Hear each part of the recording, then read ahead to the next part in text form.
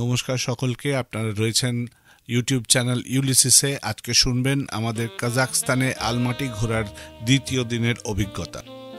আমরা আগের দিন রাত্রিবেলা এসে পৌঁছেছি। পৌঁছানোর পরে রিল্যাক্স করে খাবার দাবার খেয়ে আমরা ঘুমিয়ে পড়েছিলাম।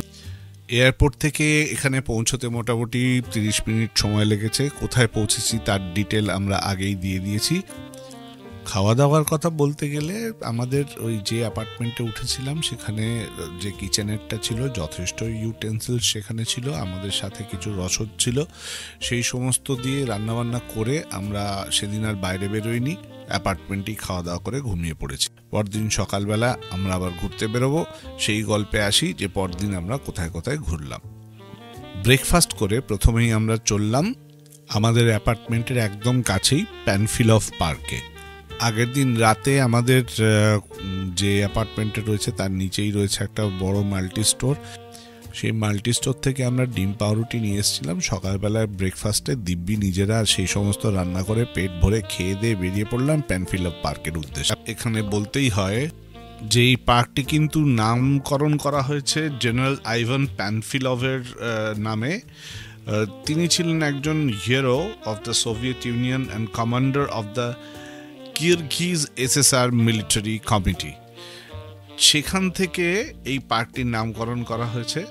এবং এই পার্কটির যে নামকরণ সম্পর্কে বলতে গেলে এর আর একটা ইতিহাস হচ্ছে যে 28 জন প্যানফিলভ গার্ডসম্যান তারা কিন্তু মস্কোকে রক্ষা করতে গিয়ে ডিউরিং সেকেন্ড ওয়ার্ল্ড ওয়ার প্রাণ দিয়েছিলেন। তাদের স্মৃতিসৌধ হিসেবে এই পার্কটি তৈরি করা হয়েছে। অ্যাকচুয়ালি পার্কটি কিন্তু অনেকদিন আগের তৈরি, বিভিন্ন সময় এটি নাম বদলেছে। এখন এটির নাম হচ্ছে প্যানফিলভ পার্ক। প্রথমে এটার নাম ছিল স্টারো ক্লাডবিশেঙ্কি পার্ক। সেটা 1921 সালে ধ্বংসপ্রাপ্ত হয়। তারপরে রাশিয়ান পোয়েট আলেকজান্ডার পুশকিনের নামে এই পার্কটির নাম হয় পুশকিন গার্ডেন। 1919 সালে রাশিয়ান সিভিল ওয়ার সম্পর্কিত যে ঘটনাগুলি ঘটে তার মেমোরিতে এই পার্কের নাম হয় লেনিন লোকাল পার্ক। এবং তারপরে ফাইনালি 5 মে 1942 সালে এই পার্কটির নামকরণ হয় 28 প্যানফিলভ গার্ডসম্যান পার্ক। এর সম্মানে ছিলেন 28 জন গার্ডসম্যান যারা 1075 রেজিমেন্ট 312th রাইফেল ডিভিশন থেকে মস্কোকে নভেম্বরে 1941 সালে ডিফেন্ড করেছিলেন। সেই 28 জনের স্মৃতিতেই এই পার্কটির নামকরণ করা হয়েছে প্যানফিলভ পার্ক। এই পার্কটির মধ্যেই রয়েছে অ্যাসেনশন ক্যাথেড্রাল বা জেনকভ ক্যাথেড্রাল। এটা পপুলারলি জেনকভ ক্যাথেড্রাল নামেই পরিচিত।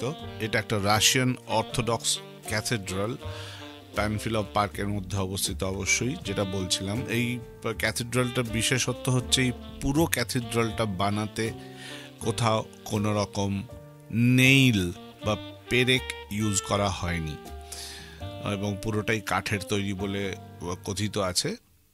এই হচ্ছে ইতিহাস। এই জায়গাগুলো ঘুরলাম, ঘুরে অসাধারণ লাগলো। লাগার পরে আমরা চলে গেলাম সোজা আরবার স্ট্রিটে। আরবার স্ট্রিটে আমরা খেতে গেলাম দেহিরম্যানে। আমরা যে খাবারটা খেলাম সেটা হচ্ছে কাজাখস্তানের মোস্ট পপুলার ফুড, যেটার নাম সেটা কাজাখদের লোকাল ফুড এবং খুব পপুলার। এটাই ওদের নেটিভ ফুড, যেটার নাম হচ্ছে বেশবারমেক। তো বেশবারমেক আসলে কি, সেটা হোয়াইট নুডলস, হোয়াইট মানে চৌকো চৌকো নুডল, মানে যেরকম আমাদের মোমোর কোটিংটা থাকে, পুরো আউটার কাভারটা সেটা যদি ফ্ল্যাট করে চৌকো চৌকো করে কাটা হয় তাহলে যেরকম দেখতে হয় সেটাকেই বলছে এরা হোয়াইট নুডলস।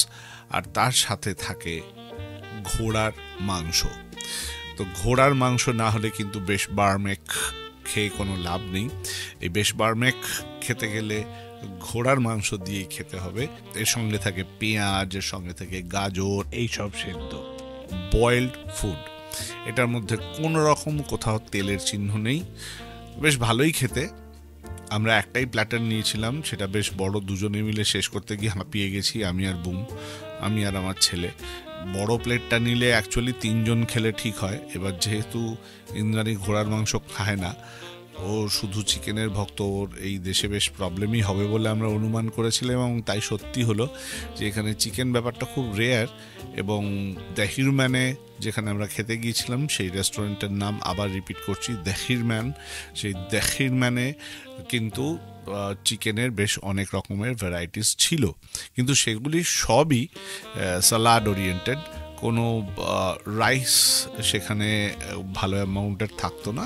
কিছু কিছু প্ল্যাটারে ছোট্ট ছোট্ট একটা, যেরকম আমাদের চাটনির বাটি হয় সেরকম চাটনির বাটিতে যতটা ভাত ধরে সেরকম একটা রাইসের পোর্শন থাকতো, কিন্তু সেটা সাফিসিয়েন্ট নয় লাঞ্চ বা ডিনারের ক্ষেত্রে।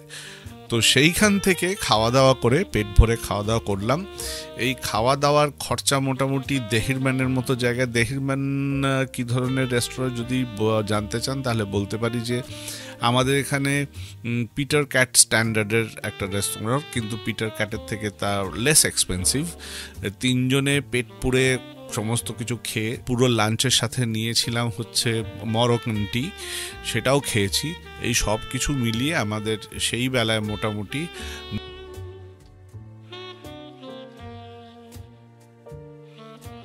যেটা হচ্ছে গিয়ে প্রায় 2000 টাকা। 2000 টাকায় 3 জনে খুব ভালো খাবার, আর সেটা এমন সময়ই খেয়েছি যে আর বিকেল বেলায় খাওয়ার কোনো স্কোপ ছিল না। এরপর আমরা ওখান থেকে সোজা চলে গেলাম গ্রিন বাজার। এই গ্রিন বাজার কেমন সেটা বলতে গেলে আমাদের নিউ মার্কেটের সাথে বেশ খানিকটা মিল আছে। নিউ মার্কেট মানে আমি কিন্তু নিউ মার্কেটের ভেতরের অংশের কথা বলছি, যেখানে সবজির বাজার আছে, মাংসের বাজার আছে, অন্যান্য জিনিসপত্র রয়েছে। বাজারটার পেছন দিকে একদম যদি চলে যাওয়া যায়, সেখানে রয়েছে গার্মেন্টস, শুজ, তারপরে হার্ডওয়্যারের দোকান। মানে চাঁদনি আর নিউ মার্কেট একটা মিশেল হচ্ছে বিরাট বড় বাজার, গ্রিন বাজার। পুরোটা দেখানো এখানে সম্ভব নয়, যতটুকু আনতে পেরেছি ছবি তুলে সেটুকু আপনাদের দেখাচ্ছি।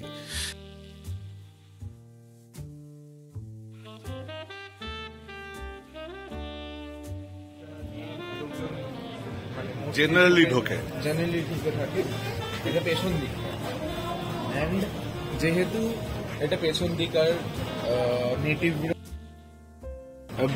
নেটিভরাই মোস্টলি জানে, টুরিস্টরা জানে না, তাই জন্য বলে রাখা ভালো যে এই দিক দিয়ে ঢোকাটা হচ্ছে মানে বেশি সেন্সের এই ব্যাপার। এখানে এই দিকটা দিয়ে ঢোকাটাই বেটার আইডিয়া। এই দিকটা মানে গ্রিন বাজারের পিছন দিকটা, গ্রিন বাজারের সামনে যে এন্ট্রান্সটা রয়েছে সেই এন্ট্রান্সটার কথা আমরা বলছি না।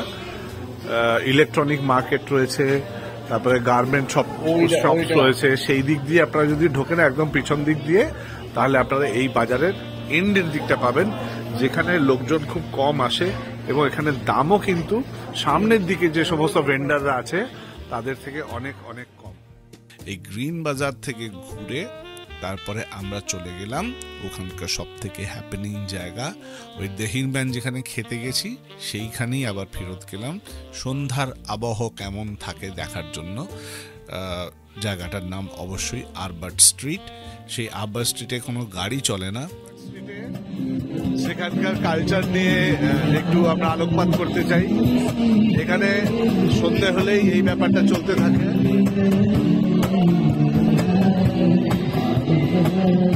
একটা ঘ্যান ঘ্যানে মোনোটোনাস গান মাঝে মধ্যে বেসুরো গলায়, তার কিন্তু অনেক বড় অডিয়েন্স আছে।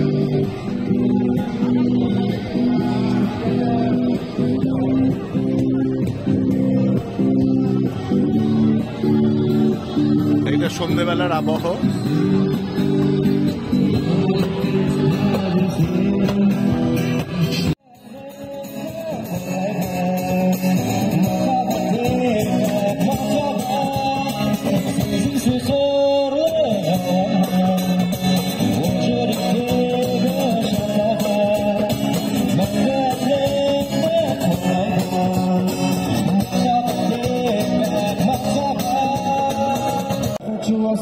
только снег. Она листопики мой снег, она листопики на мне. Я хочу ее сейчас, хочу ее везде. Она как будто самолет, я ее единственный пилот. Погрузись в водоворот, лазурный берег нас зовет. Зовет наш шар, зовет нас туда, зовет нас туда, где высокий. সেখানে যেটা হয় সেটা হচ্ছে গানের মজলিস বসে এবং প্রচুর লোক সেখানে সন্ধেবেলায় সময় কাটাতে আসেন। এইভাবে সময় কাটিয়ে লোকজন ওখান থেকে আবার বাড়ি ফেরত চলে যান।